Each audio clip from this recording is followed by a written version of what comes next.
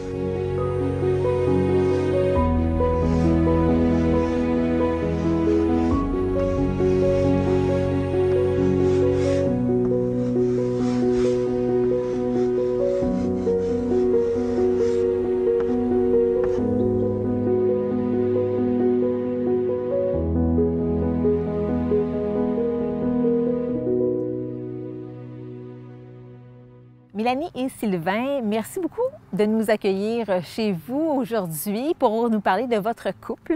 Vous avez une histoire singulière. On va commencer par parler en fait du fait que ça fait plus de 27 ans que vous vous connaissez, que vous formez un couple. Comment est-ce que vous vous êtes rencontrés?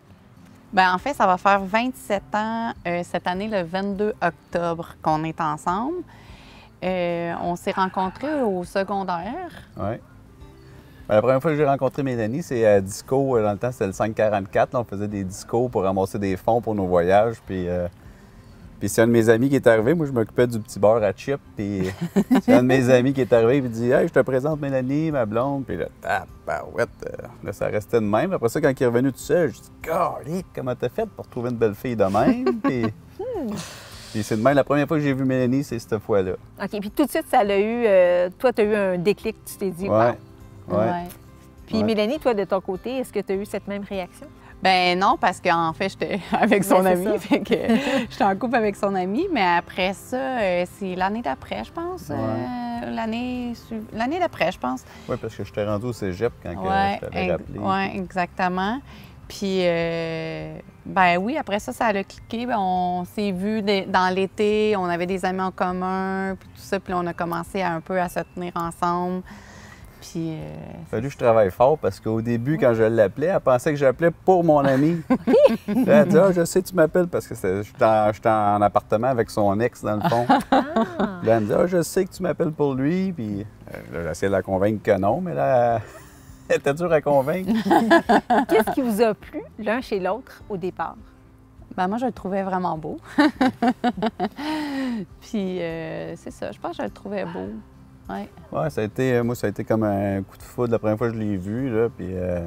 Comment ça s'est développé, votre relation, avec le temps? Vous avez déménagé ensemble assez rapidement, quand même? Oui, 2 ans après, dans le fond, qu'on a commencé à sortir ensemble. Quand j'ai eu 18 ans, dans le fond, Sylvain a acheté un duplex avec son frère.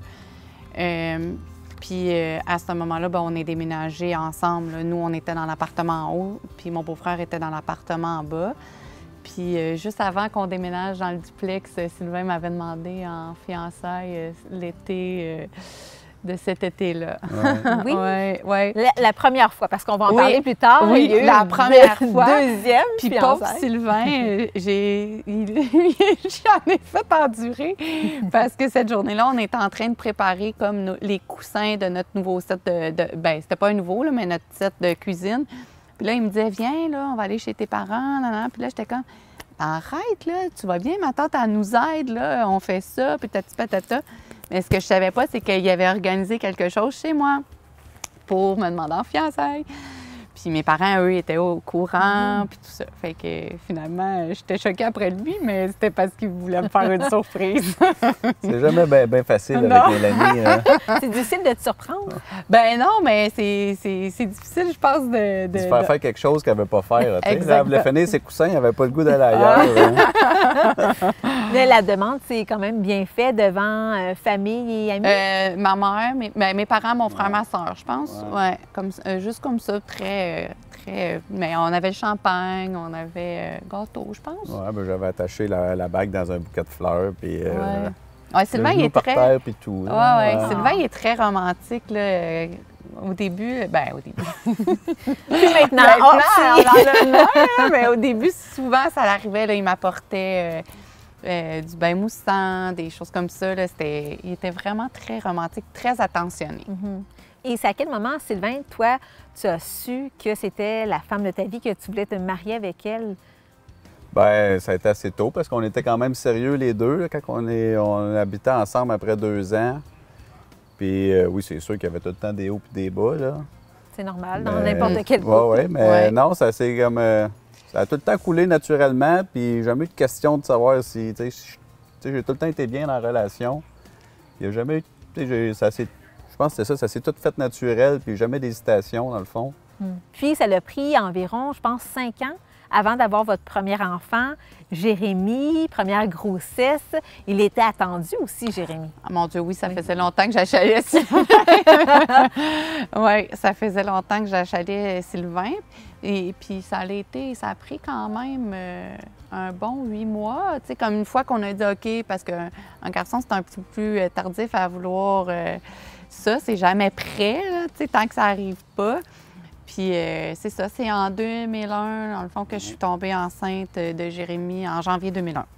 Et puis, que j'ai su que j'étais enceinte. Okay. Et là, Jérémy est arrivé dans vos vies. Qu'est-ce que ça l'a changé en tant que couple, là, où maintenant vous fondiez une famille? Bien, moi, c'est sûr que pour moi, là, surtout une petite fille aussi, j'ai beaucoup de plaisir, mais j'ai gardé mon cœur jeune. Tu sais, moi, Jérémy, là, c'était mon ami, là. On jouait ensemble tout le temps, puis tu sais, je suis facile à embarquer pour être bébé, là, moi. Fait que Jérémy, il était né, c'était les bâtons de hockey, c'était les mittes de baseball, puis... Oui. Ben, moi, moi, j'en occupais. Oui, c'est ça. J'avais fait une entente avec Mélanie. J'ai dit, toi, tu t'en occupes la première année, puis moi, je m'occupe du reste. Oui. OK. Ouais. Parce que moi, je suis pas une personne qui joue avec... je suis pas très... comme Sylvain qui joue avec les enfants. Sylvain, tous les enfants sont attirés vers lui parce que, justement, il a son cœur d'enfant, il joue beaucoup. Fait que il m'avait dit, ben toi, tu t'en occupes la première année, puis moi, je m'en occupe après. Parfait! Moi, je suis pas un catineux. Ouais.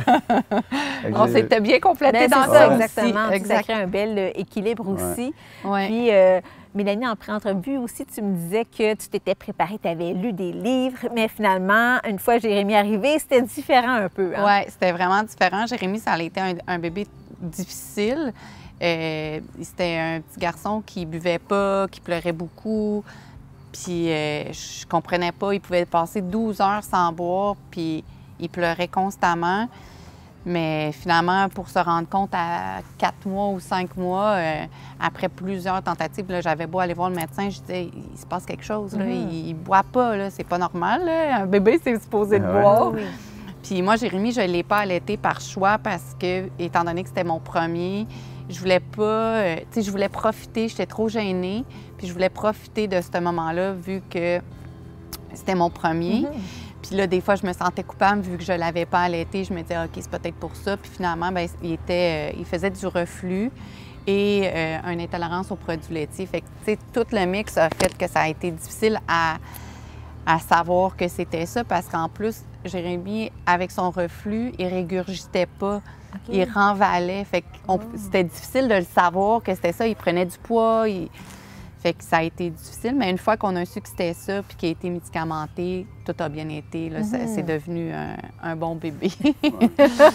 Mais pendant ce temps-là, c'était ça a été l'enfer. Ouais, moi, je voulais 2 enfants, puis à ce moment-là, j'ai dit, j'en veux plus d'enfants. C'est fini, juste un. Et là, vous avez attendu quand même quelques années avant de lui donner une sœur, parce que Jérémy, lui, en voulait une. Vraiment. Jérémy voulait vraiment une sœur ou un frère. Mais ça a toujours été plus une sœur qu'un frère qui parlait. Puis c'est ça, je suis tombée enceinte, en fait, par accident, parce que pour vrai, dans ma tête, j'en aurais pas eu d'autres. J'avais tellement eu de la misère avec Jérémy que je voulais pas d'autres enfants. Je suis tombée enceinte par accident. Par accident, on s'entend, là, au nombre d'années qu'on était ensemble, c'était pas prévu. C'était pas prévu. Pas du tout. Et finalement, Jérémy était heureux, Sylvain était heureux. Moi, j'étais paniquée comme si j'avais 18 ans puis qu'il ne fallait pas que je sois enceinte. Puis finalement, ben c'était beau, là. On était contents, on était heureux. Mais j'ai perdu ce bébé-là.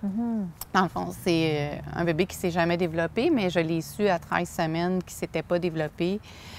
Puis c'était après ça, avec analyse du bébé, ils se sont rendus compte de mon placenta. Ils se sont rendus compte que j'avais fait une molle qui était reliée au placenta. C'était une tumeur, dans le fond, qui était reliée.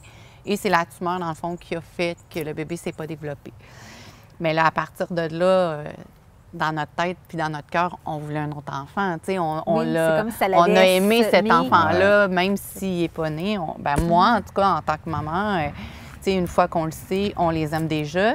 Fait qu'à ce moment-là, on a décidé d'avoir un autre enfant, puis c'était notre belle Gabrielle qui est arrivée.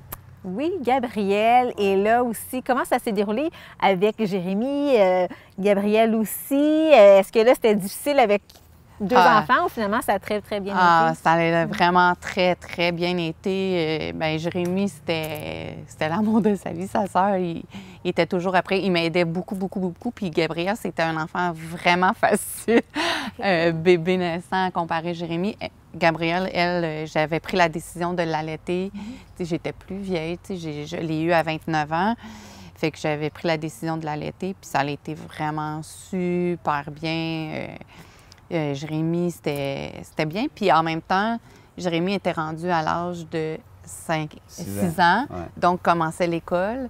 Fait que ça a bien été. Là, j'avais ma journée pour pouvoir me reposer, puis lui était à l'école. Quand il arrivait, j'étais disponible aussi pour lui. C'était comme une belle transition. Vraiment, vraiment. 6 ans, pour vrai, au début, on trouvait que c'était une grosse différence d'âge.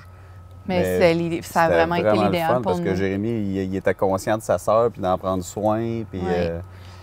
ça a bien été. Et ensuite est venue la deuxième demande en mariage. Ça s'est fait en Suisse, c'est ça? Oui, ça s'est fait en Suisse en 2008. J'attendais d'être vraiment certain. Prise 2. Alors, j'avais une complice, une de nos amies de la Suisse qui était ici, puis j'avais comme plan de le refaire parce que là, je voyais que c'était rendu trop long. Ça avait comme pas de... Puis avec elle, on s'est organisé, puis elle était venue au Québec, puis on repartait avec elle pour aller 2 semaines en Suisse. Puis là, on s'était planifié, on s'était monté tout un coup, là, ils nous avaient loué une salle là-bas, puis là, ça a été une des grosses fiançailles quand même. A eu lieu, enfin, le mariage aussi. Parce que ça, est-ce que c'était prévu au départ? Vous vouliez attendre d'avoir des enfants pour qu'ils soient présents au mariage? Est-ce que c'était réfléchi de cette façon-là, dans le fond? Ou c'est juste que ça a donné le temps à passer, vous avez eu vos enfants et ensuite vous êtes mariés? C'était pas nécessairement prévu comme ça, mais aujourd'hui, je regrette pas qu'on ait attendu aussi longtemps parce que je suis contente que Gabrielle a pu être là, dans le fond. Aujourd'hui, on a des photos de notre mariage, puis on est les 4 ensemble, notre famille. J'aurais trouvé ça difficile si, supposons, on s'était mariés, qu'il y avait eu juste Jérémy, puis qu'après ça, on aurait eu Gabrielle.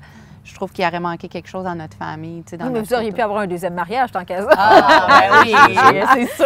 On a eu deux fiançailles, on peut faire des mariages. Peut-être ça s'en vient, c'est peut-être un projet. Puis votre désir de vous marier, pour vous, à quel point c'était important? C'était ancré dans vos traditions, dans vos familles, en vous de vous marier? Parce que maintenant... il y en a encore des gens qui se marient, mais bon, c'est pas tous les couples qui se marient. Pourquoi? Moi, c'était vraiment important. Mes parents sont encore mariés. Nos deux parents sont encore mariés. Oui, excuse, je parlais pour moi. Mais nos 2 parents sont encore mariés. Fait que c'était important pour moi. Puis ça solidifié peut-être? Oui, mais pas solidifié parce qu'on était quand même très solide, mais je trouve que ça fait que ça boucle la boucle de notre famille aussi. Oui, puis ça rendait cohérent aussi le fait qu'on fait baptiser nos enfants. Pour nous, c'était important que nos enfants soient baptisés. On a poursuivi les sacrements, puis on n'était pas mariés. Fait que, ça roulait de soi qu'on était pour se marier, c'est sûr, à l'église. Puis, Oui. Puis Puis moi, c'était important aussi que mon père m'amène à l'église. Tu sais, puis là, j'étais comme à Sylvain, dépêche-toi. Tu sais, nos parents vieillissent. Il y a ça aussi, hein? Oui, c'est c'est sûr. ça. Là. On ne sait jamais en plus. Là, mais... Puis, par la suite, est-ce que vous avez fait beaucoup de voyages en famille? Est-ce que vous avez des souvenirs de voyages que vous avez faits ou d'activités? Ouais. On a fait Mexique. Oui, ils sont chanceux. Et... On voulait faire ça avec nos enfants. On a fait Walt Disney. Ça a été un de nos plus beaux voyages aussi là, en famille. Là. Ben, c'était notre dernier voyage en famille. Puis, ça a été vraiment un beau voyage. Le timing était bon. Puis souvent, on attend parce qu'on n'est pas sûr d'y aller. Puis crime qu'on ne regrette pas d'être allé. Puis, ouais. Là, vous l'avez mentionné, c'était le dernier voyage avec Jérémy, votre fils. Là, je vous amène dans une zone un peu plus sombre, mais qui fait partie de votre histoire familiale. Jérémy est décédé par un accident tragique au mois d'août 2014. Ça fait 7 ans de ça. Je ne vais pas entrer dans les détails de ce qui s'est déroulé, mais pour vous, pour vous-même et à titre de couple, qu'est-ce que ça l'a changé? Ça l'a chamboulé toute votre vie, j'imagine? Oui, ça l'a beaucoup chamboulé notre vie parce que dans notre dynamique de famille, moi, ce que j'ai trouvé difficile, c'est que Sylvain était beaucoup près, malgré qu'il était beaucoup près de Jay, c'était beaucoup Gabi, la fille à son père, puis Jay, le fils à sa mère. Fait que quand Jérémy est décédé, je me suis beaucoup cherchée, moi, dans la famille à 3. Fait que ça a été difficile, mais on a beaucoup appris à se respecter dans comment on vivait notre deuil parce que, veux pas, on le vit pas du tout pareil, un homme et une femme. C'est pas du tout pareil. Mais... C'est ça, c'était différent. Puis les étapes du deuil aussi sont différentes pour chaque personne. On ne vit pas les mêmes choses en même temps. Ouais. Comment vous avez réussi à rester en contact puis en communication? C'est-tu vraiment en parlant beaucoup de ce que vous viviez? Ou... Bon, on était chercher de l'aide. Oui, c'est sûr c'est que ça. l'aide nous a aidés à comprendre ce qui se passait puis comprendre comment vivre ça parce que mais elle était beaucoup, elle, renfermée dans le moment passé. Puis moi, j'essayais de vivre le moment présent parce que là, il y avait Gabi qui poussait puis je chantais ça. Là. Fait que, on s'est fait aider par des psychologues puis tout, puis on regrette pas. Là, ça a été vraiment un bon coup de main. Là. Puis ça nous fait comprendre qu'il faut respecter l'autre. Autant que moi, je dois respecter Mélanie, comment elle l'a vécu, qu'elle doit respecter que je peux pas toujours être là pour elle pour la ramasser non plus ou l'aider. Ouais. Fait que ça, une fois qu'on a compris ça, ça nous a aidé beaucoup, mais elle a cherché son aide à l'extérieur avec des psychologues ou des thérapeutes. Puis moi, je pouvais comme... Sylvain, il s'est beaucoup occupé de Gabriel la première année et demie, 2 ans. Là. Ça vous a aidé aussi? Ça a été salutaire Ouais. d'avoir Ben, un deuxième enfant, oui. que Gabriel soit là? Oui. Des fois, c'est ça, c'est qu'on disait tout le temps, c'est Jérémy qui voulait un autre enfant. Tu sais, au début, c'était quasiment ça. là, C'est Jay qui nous demandait pour un petit frère ou une petite sœur. Puis là, nous autres, pas sûr, pas sûr. Puis là, il est arrivé comme la fausse couche. Puis là, ça nous a comme allumé que là, oui, on était content qu'il soit là. Fait que, tu sais, on dit tout le temps, c'est comme s'il sentait. C'est comme si c'était lui qui l'avait mis sur notre chemin. Oui, exactement. Puis c'est la plus belle chose. Tu sais, aujourd'hui, on se dit, mon Dieu, merci, parce que, tu sais, si elle serait pas là, ça serait autrement, je pense. Là. Ça, c'est une question plus difficile, mais est-ce que vous avez eu un point où vous vous êtes dit, ma vie s'arrête ou elle continue? Puis vous avez décidé de continuer? Est-ce qu'il y a eu ce moment de rupture-là? Bien, je pense que peut-être que Mélanie l'a vécu. Moi, je ne l'ai pas vécu. On a comme vraiment un deuil complètement différent. Moi, depuis, je dirais peut-être pas la première journée. Là, il y a quand même eu... mais je sentais que Jérémy était en arrière et qu'il me poussait. Tu sais, moi, je le sentais qu'il était là puis qu'il me disait « Lève la tête puis continue. » Faut que, tu sais, la vie, c'est là, la vie. Là. Oui, c'est le pire qui peut nous arriver dans notre vie. On l'a vécu, je pense. Mais, tu sais, il faut faire quelque chose de notre vie quand même. Là. Puis c'est ça que je chantais, que Jay était là en arrière, puis qu'il me poussait, puis qu'il me disait « Let's go, on continue, sois là. Puis c'est le côté que elle n'était pas capable d'aller chercher. Là, moi, j'ai eu beaucoup plus de misère. J'ai encore un peu de misère, mais beaucoup moins. Là, tu sais, j'apprends... L'aide m'a beaucoup aidée, puis Gabriel m'aide beaucoup à me pousser vers ça. Mais aujourd'hui, tu sais, c'est ça que je disais. Tu sais, aujourd'hui, je suis capable d'apprécier, d'avoir des bons moments, d'avoir encore de la joie puis du bonheur. Là. Oui, parlez-moi aussi du soutien. Donc, on parle du soutien psychologique, mais est-ce que vous avez eu de l'aide de votre famille, vos amis, un soutien émotionnel? Est-ce que les gens sont venus vous apporter, je ne sais pas moi, des petits plats, sont venus faire de la bouffe pour vous? Ah, Comment ouais, est-ce que vous avez... On a été eu de l'aide? vraiment, vraiment bénis, là. Pendant 1 an, je pense, on n'a pas fait le souper. On avait des plats congelés, Monsieur les Mike gens. Coury qui avait parti Ouais. une chaîne, puis il demandait aux gens de venir nous porter de la bouffe ou d'aller y porter à lui, puis lui, il venait nous l'apporter. Là. Ça a été vraiment là, une aide. Là. Ouais. Tu sais, au début, on disait ah, pas besoin, là. Mais après ça, quand on a commencé, là, tu sais, le premier 2 mois, tu es comme zombie. Là, puis là, il y a Gabi, là, mais là, on ne pouvait pas faire à souper. Là, tu pars pas de souper, tu as de la misère à te retrouver. Là. Puis ça nous a sauvés. Là. Ah, on avait ouais. plein de plats. Là, Nos c'était- amis, nos familles. Moi, mon père, il était ici Ah, à ouais. tous les matins pour venir prendre son café. J'ai été arrêtée pendant 2 ans de travailler. Il était ici pendant 2 ans à tous les matins pour venir prendre son café avec moi. Nos 2 familles, là, ma soeur, mon frère, mon beau-frère, ma belle-sœur, ses parents, tout le monde a été là, nos amis. Je pense que sans ça, ça serait pas pareil. Ça aurait Ouais. pas été pareil. On est vraiment chanceux, vraiment. Là.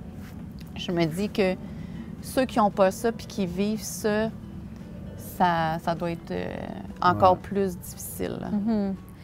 Comment ce départ-là de Jérémie dans vos vies vous a changé? Parce qu'on n'est plus la même personne. C'est ça que j'ai entendu dire. On n'est plus la même personne que lorsque c'était arrivé ou avant, où on est un peu inconscient, Ouais. on prend la vie pour acquise, puis finalement, ça arrive. Comment est-ce qu'on devient d'autres personnes complètement ou ça nous change juste un petit peu? Vous, comment ça vous a changé? Bien, ça nous a changé beaucoup parce que, premièrement, on s'en fâche plus d'un fleur du tapis. Là, s'il ne reste plus de lait, c'est pas la fin du monde. Là. Il y a tout le temps. C'est sûr que, principalement, pour moi, c'est ça. Là, il n'y a plus rien de grave là, maintenant. Là, peu importe ce qui peut arriver, ça ne sera jamais là, aussi grave. Là, Fait que, on s'en fâche beaucoup moins d'un fleur du tapis. Puis, je suis moins dans le jugement qu'avant aussi. Puis, ça, c'est à force qu'il t'arrive des expériences dans la vie. Puis après Jérémie, il y a du monde qui me parlait ah, ma blonde m'a laissé, c'est la fin du monde, je sais pas ce qui va arriver. Puis là, au début, comment tu peux me dire ça à moi? Là, Mais après ça, tu comprends que chacun a sa fin du monde. Moi, ma vie, j'ai eu un gros traumatisme, il y a eu ça qui est arrivé. Mais les autres personnes, le pire qui est arrivé, c'est peut-être ça, là, que sa blonde l'a laissé, que son chien est mort. Mais on peut pas juger ça. Chacun a sa fin du monde personnelle, puis moi, je suis ma vie à moi. L'autre, il la ressent pas quand il arrive à la maison. C'est sa vie qui repart. Là, nous autres, on est constamment dans notre petit chagrin. Mais ouais, c'est quelque chose qui a changé. C'est le jugement des autres là, que j'ai pu. Mais on essaie de profiter peut-être plus des petits moments. Là. Ouais. Puis aussi, vous avez été en contact avec des gens qui vivaient la même chose que vous. Ça a été très important aussi dans votre cheminement, j'imagine, de pouvoir en parler parce que lorsqu'on ne vit pas ça, on ne peut pas savoir c'est quoi. Non. On ne peut pas dire « Ah oui, je vous comprends ». Non. Non. Puis on en avait parlé, Mélanie, puis tu avais Ouais. dit « Moi, les gens qui me disent « Je comprends », mais tu ne l'as pas vécu, je m'excuse, mais non. Non, tu veux pas le comprendre. Ouais, on souhaite pas de... Non. Mais l'aide n'est pas facile à trouver. Par contre, on parle beaucoup d'aide, qu'on a eu de l'aide, mais elle n'est pas facile à trouver pour les parents qui vivent un deuil. Ouais. Il n'y a pas de spécialistes vraiment. Il y a des psychologues, mais des psychologues spécialisés dans le deuil d'enfants, ils sont psychologues généraux. Fait que c'est difficile d'avoir la bonne aide. C'est à quel moment ou qui vous a parlé de créer une fondation au nom de votre fils pour mieux traverser le deuil? Bien, ça, c'était justement à la rencontre, au colloque qu'on était allé. Il y avait une des personnes invitées, c'était Pierre Bruno. Puis là, il passait de table en table, puis il jasait avec le monde, savoir leur histoire, puis il nous contait son histoire aussi un peu. Puis le rendu à nous, il dit une des choses qui l'avait aidé à traverser son deuil, c'était de créer une fondation. Puis ça prend le négatif, puis on essaie de faire quelque chose de positif avec, il nous avait dit ça. Fait que là, c'est une idée qui est restée, puis qui a germé tranquillement.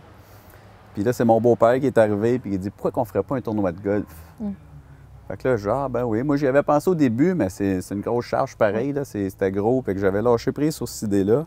Puis là, c'est mon beau-père qui me relance ça. Fait que j'ai dit oui, ça serait cool. J'ai dit, t'embarques-tu pour m'aider? Il dit oui. Fait que là, on appelle les 2 familles, on se rencontre. Fait que là, on décide d'organiser un tournoi de golf qui serait annuel. Puis les profits qu'on ramasserait, on voulait les donner à un organisme de la région. Mais là, dans notre tête, on ramasserait comme 2000. Là. Tu sais, Eh non, c'est quoi? Là, on se dit, on va se ramasser une cinquantaine de joueurs, on charge un petit peu plus cher, puis on ramasse un 2000 qu'on donne à n'importe quelle fondation qu'on voulait viser le sport, parce que Jérémy, c'était un grand sportif. Ouais. Fait que là, les deux familles sont réunies, on part avec ça, on essaie de vendre des foursomes. Puis ça a pris comme 2 jours que le terrain 1 était tout pris à la chute, on avait 180 joueurs. Wow. Là, on avait tiré sur le deuxième. Puis vers la fin du tournoi, ben, avant que le tournoi arrive, on était déjà rendu comme à 28 000 là, qu'on savait qu'on avait. Là. Fait que là, on n'était pas capable de dire on va donner 28 000 à un organisme. Là. Mais non. Tu sais, c'est notre bébé, là. C'était Jay. Là. Oui, oui, oui. Fait que c'est de là que là, on a réussi, on a décidé de s'enregistrer comme fondation. La communauté a vraiment été là depuis le début. Hein? Ah, depuis le départ. depuis le début. Autant depuis le décès, quand Jay est décédé, là, la communauté était là. Il y a beaucoup de choses qui ont été faites en son hommage. Quand on a parti la fondation, les commerçants, nos amis, tout le monde était là. Là. Tout le monde, c'était fou. Là. Ouais. On n'en revenait pas de comment les gens étaient derrière nous. Là. Puis cette fondation-là, est-ce que ça vous apporte aussi ce baume-là que Pierre Bruno vous parlait? Ouais, Ben, moi, je le ressens. C'est une vague d'amour qu'on a à chaque année. Là. Dès qu'on fait, on fait qu'une levée de fonds, dans le fond, c'est notre journée sportive ou notre tournoi de golf. Là. Puis, tu sais, de voir les gens qui sont là, le deuxième souper avant le COVID, là, dans le fond, dans notre deuxième année, on était 400 au souper, puis on avait refusé plein de monde parce qu'il n'y avait plus de place. Ouais. Oui, Tu sais, c'était de dire, sold out. Ouais, c'était Ouais, sold c'est out. ça, Il n'y avait pas c'est de du monde qui sont plan. derrière nous autres puis qui nous dit, gars, on vous fait confiance, on aime ce que vous faites, puis On ça, est là. c'est sûr que c'est... Oui, puis, tu sais, nous, on s'occupe vraiment de tout. Là. On va acheter les équipements, on va avec les enfants. Tu sais, quand ça vient des demandes du centre pédiatrie, tu sais, on se déplace, on va faire les achats. On donne jamais d'argent. On fait les achats. Puis, veut pas de voir le sourire des enfants. C'est comme si je voyais Jay un peu sourire là-dedans, tu sais, de me dire, OK, là, il est content, et c'est sûr qu'il doit être content. Fait que c'est sûr qu'au départ, il y a certaines personnes qui étaient réticentes à savoir est-ce que ça nous ferait replonger, surtout peut-être moi. Puis, tu sais, les gens ils disaient, tu vas toujours être là-dedans, mais j'étais comme, mais je suis toujours là-dedans.